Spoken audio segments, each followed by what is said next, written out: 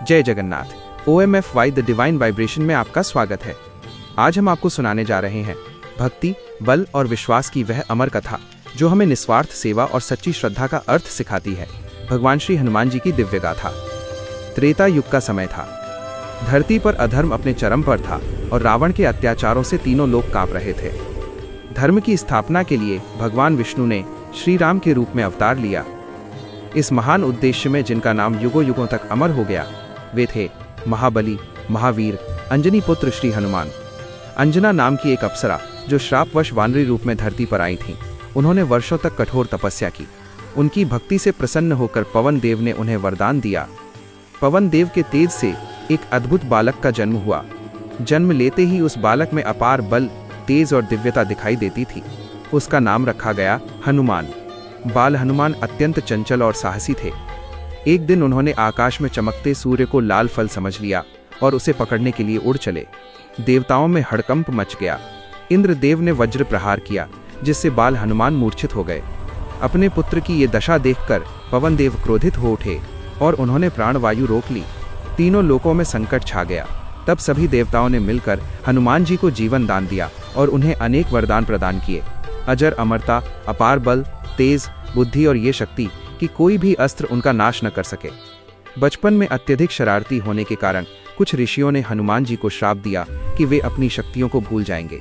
ये श्राप ही आगे चलकर वरदान बना, क्योंकि सही समय आने पर ही उनकी शक्तियां जागृत हुईं।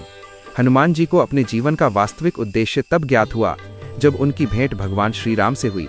वनवास के समय श्री राम और लक्ष्मण की मुलाकात सुग्रीव के दूत के रूप में आए हनुमान जी से हुई। ब्राह्मण रूप धारण कर उन्होंने अत्यंत मधुर, विनम्र और ज्ञानपूर्ण वाणी में श्री राम से संवाद किया। श्री राम उनके गुणों से अत्यंत प्रसन्न हुए। उसी क्षण हनुमान जी ने मन ही मन यह निश्चय कर लिया कि उनका जीवन अब केवल प्रभु राम की सेवा के लिए समर्पित है। सीता माता के अपहरण के बाद जब वानर दल उनकी खोज में निराश हो गया, तब जामवंत जी ने हनुमान जी को उनकी भूली हुई शक्तियों का स्मरण कराया। अपनी शक्ति पहचानते ही हनुमान जी ने विशाल रूप धारण किया और एक ही छलांग में समुद्र लांघकर लंका पहुंच गए। अशोक वाटिका में उन्होंने माता सीता को श्री राम की अंगूठी दी और उन्हें ये विश्वास दिलाया कि प्रभु शीघ्र ही उन्हें मुक्त कराने आएंगे।